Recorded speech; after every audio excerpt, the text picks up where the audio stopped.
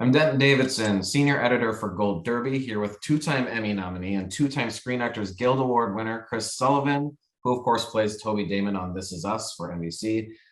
Chris, the first thing I want to ask about is Katobi. You know, coming to an end. We knew it was coming because of flash forwards in previous seasons, but it still crushed America to watch it happen. But it was an interesting story arc. We got to see them grow. So, what was your reaction to the script for the final season? Yeah, I think the final arc for these two characters was interesting to me because the writers and Dan didn't fall into any of the dramatized or sensationalized tropes of a marriage ending or a divorce. It was two people who were growing in different directions, who wanted different things, who couldn't figure out how to put their fear and their anxiety aside to connect. And that's how things dissolve over time, if that goes on for long enough. But then the wonderful part of the show is that time travels, right? And we get to jump into the future and see that everyone's okay and that things are going all right. And that this, that, and the other thing has all kind of worked itself out. And hindsight being 2020, et cetera, is all well and good to say when you're sitting in the future and looking back and seeing that thing is, everything is worked out. But to have that kind of comfort or faith in the moment, to let things play out the way they're playing out, and to handle things that you can control and to let go of things that you cannot control. I was really proud of that storyline. There's two episodes that stuck out for me: The Hill and Katobi in particular. And in those episodes, you and Chrissy get to really dive in. There's great scenes of dialogue about the marriage, why, Toby wants her to move to San Francisco, and he doesn't really care for his older self, and she doesn't really care for his newer, more confident self, right, in some ways. Was it fun for you to dive into that sort of more serious dialogue, and get a little, not dark, but more intense this season with your character? Yeah, I think I certainly was grateful for the challenge, to take a guy who was, fairly clownish and transform him into somebody, with real responsibility and real some maturity. And I think it's an interesting thing to talk about, that people change, people evolve, people grow, and sometimes that's a problem. Sometimes people don't change, and people do not evolve, and people do not mature, and that's a problem. And sometimes both are okay. It just depends on the relationship at hand. But it just wasn't working for Toby and Kate. I love that scene. I can't remember if it was one of those two episodes because I'm just thinking of it, where they're in the front yard though, and he's looking at her, and then both of her brothers are on each side, and he's kind of like, I can't be married to triplets anymore. Like that's sort of like his I'm done with this whole family face. Yeah, I mean, there are certainly faults on both sides, and there's a certain amount of when you're in relationship to someone, you are in relationship to their family and their family dynamic, and that has to be navigated too, or not, or you can say no thank you. Yeah. So that was a powerful night. That was an exhausting night for me on that front lawn. But to see the three of them standing there, it was kind of it was edifying for me as an actor and, as a character. What was exhausting about that night for you? Like, was it just a long day of shooting, or what was it? Yeah, it was a long day of shooting, but it was, that's one of the things that's kind of hard to explain to an audience is, when you see something heavy or something angry or something violent or something, taxing on screen. That wasn't just done once. That was done, 5, 6, 7, 8 times from 4 or 5 different angles, and 4 or 5 different, the wide shot, the medium, and the close up, and so it's a lot. It takes a lot of emotional and physical energy to do that over and over again. One of the other things you were able to do this season is direct an episode, episode 5, which was Heart and Soul. So what was that like to get on that side of the camera and get your feet wet as a director?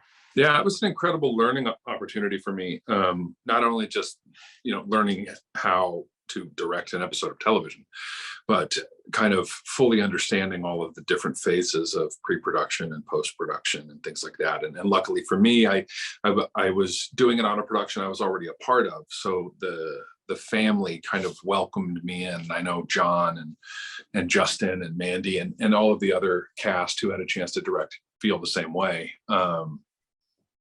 That it's a very comfortable and safe place to learn and to make strong decisions and to take risks, and to know that that This Is Us family is going to be there to guide you and to answer questions and to help you navigate all of those things. But I learned more about acting in that 3-week process than I have in years. So it was extremely helpful for me, to be on that side of the camera. And I think it will be helpful for me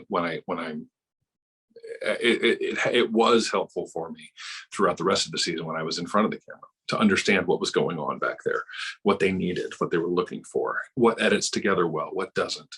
So I hope to do a lot more of it, because I not only did I learn a lot, but I loved it so much. Like, I knew I was going to like it, but I loved it. Yeah. How did you decide what episode you were going to direct? And no decision. Yeah, no decision. Dan said, this one is yours. Dan says, "You want to direct an episode?" I said, "Yep." He said, "It's going to be this one." Okay, great.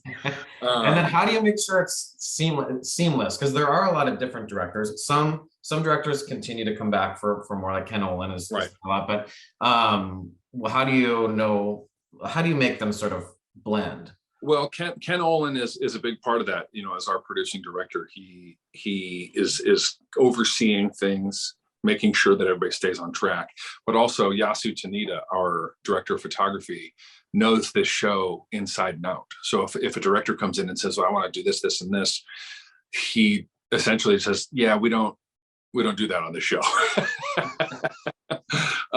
He's the one who makes sure that the visual, the way the show looks, the way it feels, the way it moves, the pace of it is consistent, and he makes sure that all the footage is something that the editors will recognize when they receive it. So he is the he's the magic sauce he was the direct photographer for every single episode of this show. And not only that, he goes in and color corrects every episode. Not a lot of DPs do that. Every single frame of this show, he's responsible for the way it looks. And which means he would show, if he's called at 7 a.m., he would show up at 5 a.m. and do that work, and then go back on his lunch break and then stay after we wrap. Like, he is one of the, he's the beating heart of the way this show looks. Wow. And you get to work with people maybe you don't get to work with a lot as a director. I mean, you're in the Pearson or Randall and Beth's home. I love that dinner scene. I think Susan Fletcher Watson is so funny to me, like just her wits and the way she delivers lines. So is it fun to be in that family's home, which Toby's not really ever, and working with those kids, and what was that dynamic like? Yeah, again, a dinner scene is a complicated scene for an actor and for a director, because the more people that there are in the scene, the more different angles you have to shoot it from.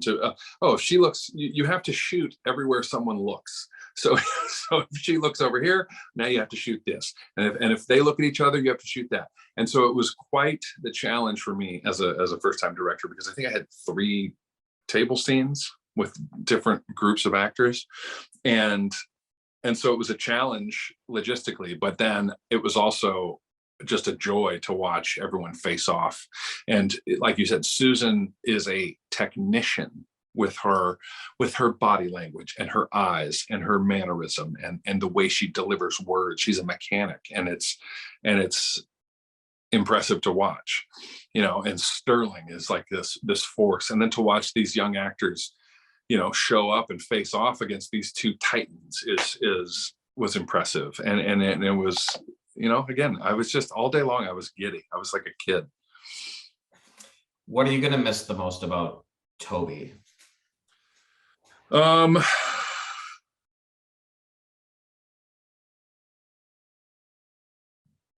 mean, I guess, I don't know. Toby is the closest character I've ever played to myself.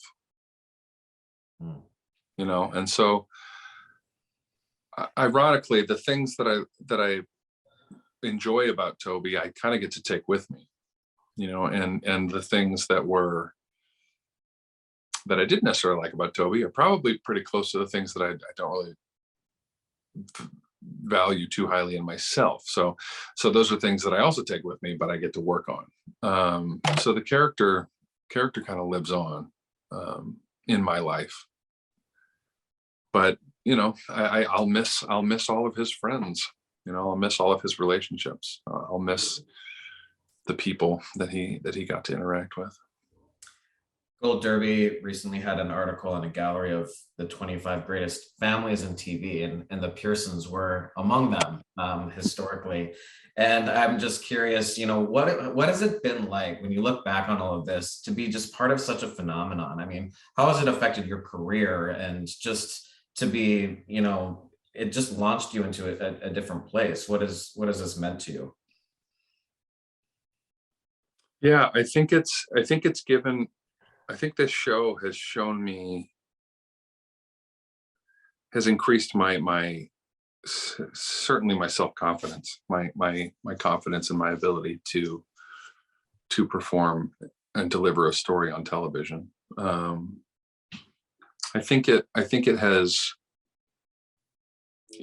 being a part of the show has imbued upon all of us an amount of respect, not because of who we are as individuals, but because of this project that accomplished a certain level of storytelling, that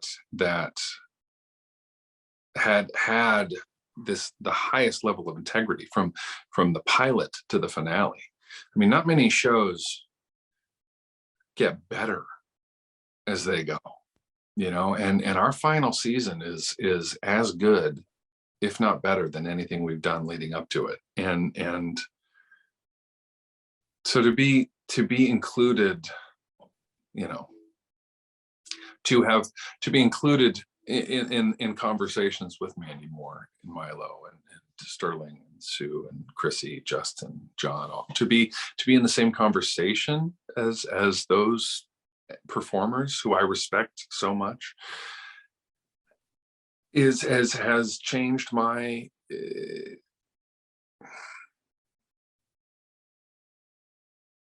I don't know. It's, as an actor, I am an individual. I am a person. I am a performer, but I'm also a business. Like and being involved and included in conversations with those people, means business is good. It's a good game changer. Yeah, and that's the fine line of walking all of this stuff, separating the person from the business, and the show from the business, show business, all of that, and separating. It's a fine line between confident and arrogant, and allowing that confidence to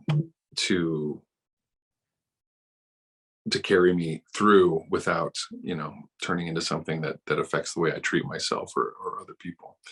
But the show has changed my life forever. You know, yeah, I mean, I'm in a house for the first time. You know, for the first time in my life, I'm not sharing a wall or a ceiling or a floor with with somebody. And that's, I mean, as an actor, that's one of the last things you ever expect when you first get into, you know, when you start out in the theater in Chicago and you're doing plays in New York, you know, and voiceover jobs here and there, a couple of TV gigs. You know, these things don't come along very often. So it's I'm sure I will be processing the ramifications of being on This Is Us for years to come. Well, Chris Sullivan, congratulations on all of your work on This Is Us. Thank you. We'll be cheering you on for that third Emmy nomination, fingers crossed. To our viewers watching, head over to goldderby.com, make your Emmy predictions, beat the experts, and check out more interviews with top contenders. Chris, thanks again for stopping by and chatting. My pleasure. Thanks for having me.